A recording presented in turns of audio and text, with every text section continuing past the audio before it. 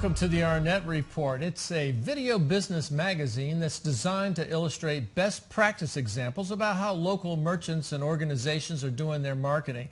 And tonight, Karen, we've got a kind of a neat show. Our first guest, Yuhannes, is the foremost authority in the Washington area on LinkedIn. And I'm thinking a lot of people out there don't really understand LinkedIn. This guy is going to explain it to us. Yuhannes, welcome. Thank you very much, and you're very gracious in calling me the foremost expert in the D.C. Metro. Well, firsthand, I've had a chance to talk with you, and people are going to learn a lot tonight from you, and I appreciate you coming by. Thanks for having me. You know, it perhaps would be a good place for us to begin with. You're a native to Northern Virginia, are you not? Yeah, I grew up right here in Reston. I was born in Virginia. Parents moved us here when I was about 5 or 6 and grew up in Reston. Wow. Now, when you were a kid, you didn't say to your mom, hey, I'd like to grow up and do the internet, because LinkedIn didn't even exist in those days.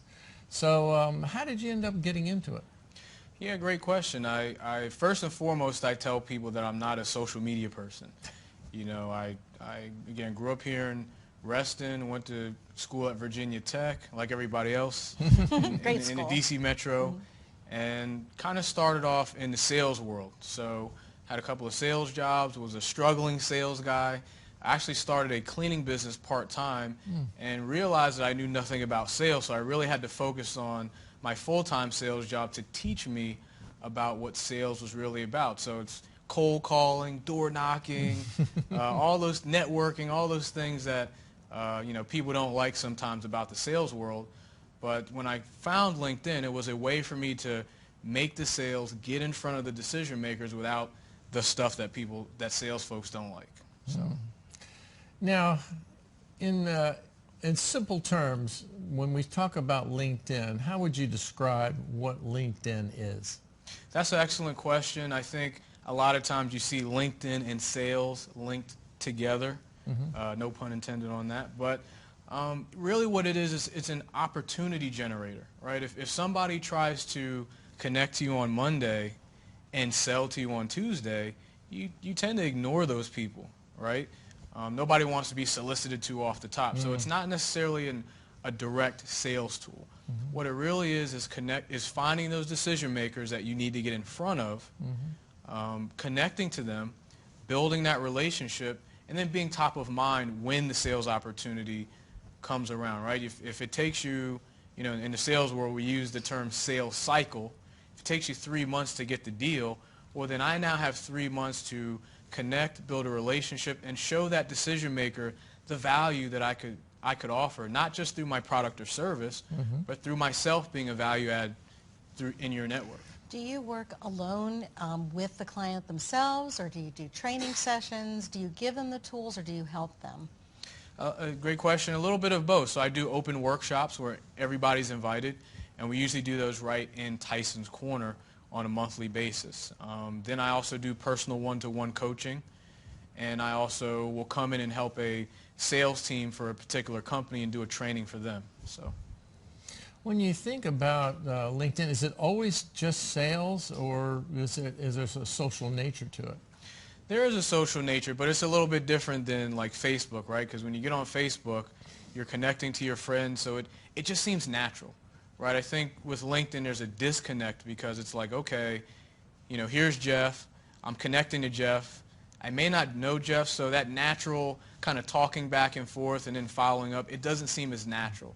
But you kind of have to have a curiosity to connect to people, right? Just like when we're out here networking in B&I and Chamber, and we're getting to know people and develop business relationships, you take that same mentality and just apply it to LinkedIn. So there's really no disconnect. The way I like to think about it is it's taking basic networking principles and just applying them into the LinkedIn space. I've noticed that there's a lot of discussions on LinkedIn, a lot of groups that have formed. Do you feel those are valuable in getting to know everybody better as far as the sales end of it?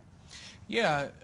I think, you know, the sale doesn't happen until you have a conversation, right? If you're not able to engage that decision maker in a conversation, that seems natural, not a sales conversation. But, you know, you need to bring up your products and services through conversations. So the groups where people are talking about the challenges they may be having, they're looking for an expert, they're asking questions about their industry, you have a chance to come in, answer those questions, not only in an open forum, but you can follow up personally with those decision makers and start that conversation. That's what it's all about. So there's really kind of a business communication element to this, making contacts with people. You can search for certain people? Yeah, LinkedIn has a feature called the advanced search, where you can search for people by title, by region, by keywords, by industry, and come up with a list of results and turn that into a prospecting list. So every time you sign into LinkedIn, instead of wandering around, now I've got my list of 300 marketing directors, and I sign in, there's that list, and I start working that list, right? So I start getting more decision makers or opportunities in that pipeline, and that's why I say it's not a sales tool necessarily.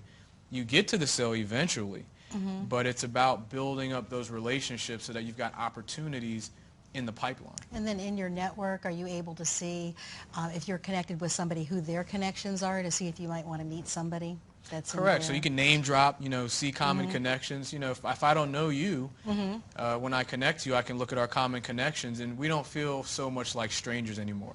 So you can get introductions to people through people that you know that they may be linked to. Correct, and that's almost like a strategy. Strategy one would be, do I connect to you directly? Strategy two would be, well, we've got 4 or 5 common connections here. Can I leverage those connections for an introduction to you? So, what are some of the common mistakes that people make when they jump into LinkedIn? Oh man, just a couple.